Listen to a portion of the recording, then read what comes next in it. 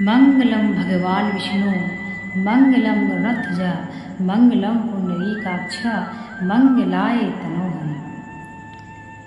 हे मंगलमय, हे गरुड़ध्वज को धारण करने वाले, हे कमल नयन, हे मंगल मूर्ति, सबका मंगल करें। मित्रों, गरुड़ पुराण हिंदू संप्रदाय से संबंधित है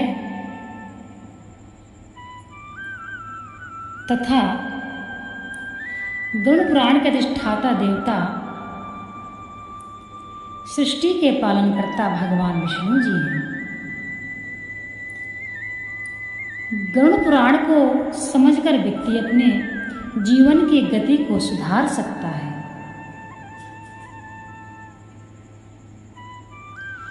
आज हम बताएंगे मृत्यु कितनी प्रकार की होती है तथा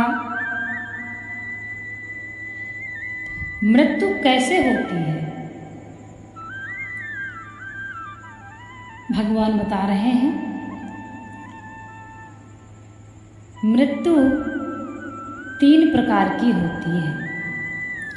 हर व्यक्ति मृत्यु से डरता है, क्योंकि यदि मान लीजिए अगर हमें किसी शहर में जाना होता है तो हमको उसका रास्ता मालूम होता है, वहाँ पे हमको कहाँ रहना है, कैसे रहना है, और जहाँ भी हमको जाना है, जहाँ भी हमको रहना है, वहाँ सब हमारे परिचित हैं और हमारे जानने वाले हैं, इसलिए हम भयभीत नहीं रहते हैं। परंतु मृत्यु के बाद हमको जहाँ जाना है, ना तो हमें उसका रास्ता मालूम है और ना हमारे किसी साथी संगातियों ने देख रखा है, तथा ना ही हमें कोई जानने वाला, अर्थात हम जिसको जानते हों या हम जिससे पहले मिल चुके हों वैसा कोई हो, इसलिए व्यक्ति भयभीत रहता है।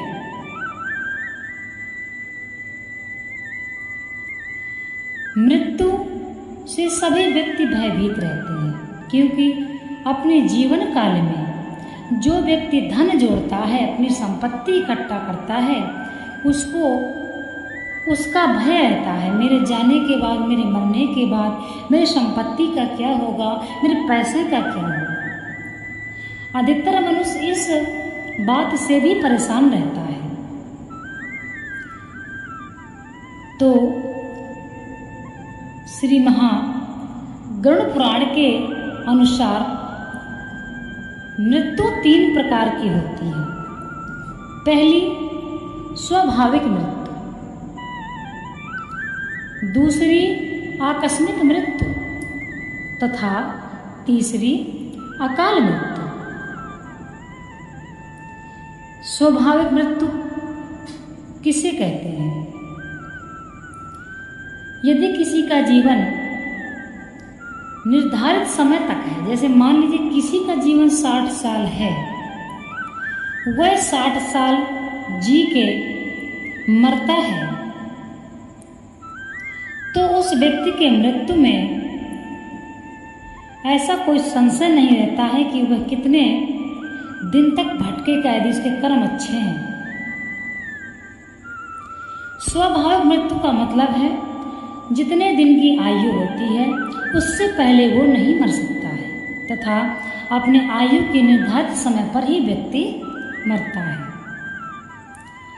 दूसरी मृत्यु है आकस्मिक मृत्यु, जैसे किसी को खूंखार जानवर ने खा लिया, कोई व्यक्ति, किसी व्यक्ति का एक्सीडेंट हो गया,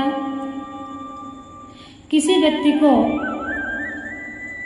अटैक आ गया, तथा कोई असाध्य बीमारी से व्यक्ति के प्राण निकल गए। इसे कहते हैं दोस्तों आकस्मिक मृत्यु।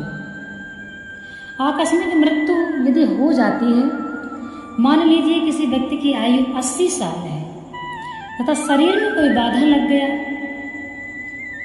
सर्प काट लिया, कोई गहरी बीमारी हो गई, असाध्य कोई रोग पकड़ लिया, किसी जानवर ने खा लिया तो वह होती है आकस्मिक मृत्यु।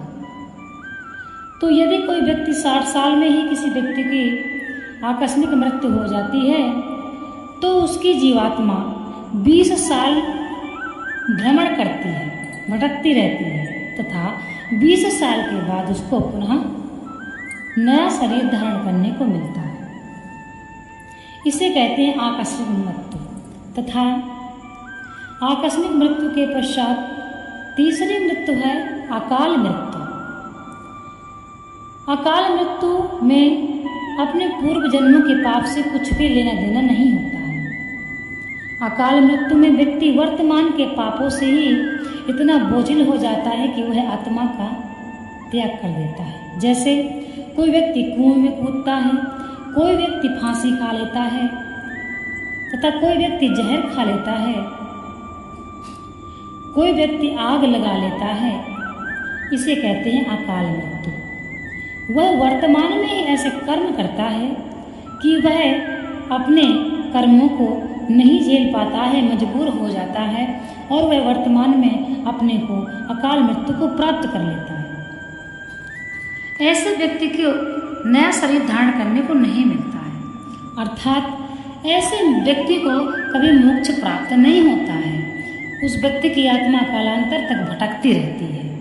इसलिए सभी से हाथ जोड़कर निवेदन है कि कितनों भी बड़ी परेशानी हो, भगवान का ध्यान करिए, धैर्य रखिए तथा अपने ईश्वर पर संपूर्ण भरोसा रखिए और ऐसा कदम कभी भी नहीं उठाना चाहिए। देखिए, एक रास्ता बंद होते ही भगवान व्यक्ति का दूसरा रास्ता अवश्य खोल देते हैं।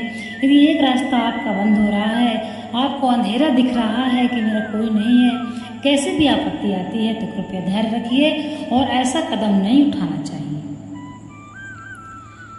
जो भगवान की भक्ति में लीन रहते हैं, जो अपने जीवन में किसी भी जीव को नहीं मारते हैं, हिंसा नहीं करते हैं, किसी को दुख नहीं पहुंचाते हैं तथा भगवान की भक्ति में अपना जीवन व्यतीत करते हैं, ऐसे व्यक्ति नारायण के पास वैकुंठ धाम जाते हैं तथा उनके ही चरणों में समा जाते हैं।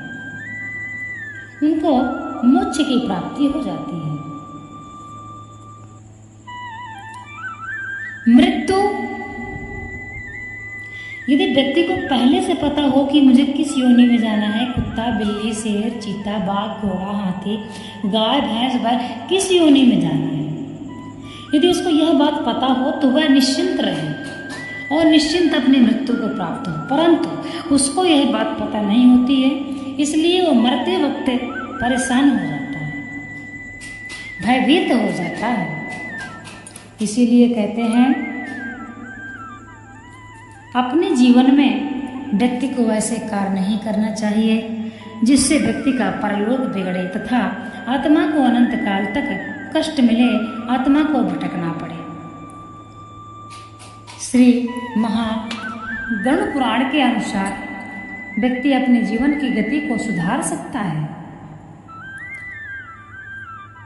गरुड़ पुराण हिंदू संप्रदाय से संबंधित है, इसको सभी पढ़ सकते हैं, सभी इसका ज्ञानार्जन कर सकते हैं। बहुत से व्यक्ति गरुड़ पुराण को पढ़ने में डरते हैं, कहते हैं नहीं पढ़ना चाहिए, परंतु यह इसी प्रकार पढ़ना चाहिए जैसे हम लोग श्रीमद् भागवत गीता पढ़ते हैं। भगवान श्री कृष्ण ने जो जो हमको समझाया, ऐसे हमको नारायण समझा रहे हैं। गरुड़ भगवान समस्त संसार के लिए है। इसको आप जब तक नहीं पढ़ेंगे तो आप परलोक का विवरण नहीं समझ सकते हैं। इसलिए आपको गरुड़ पुराण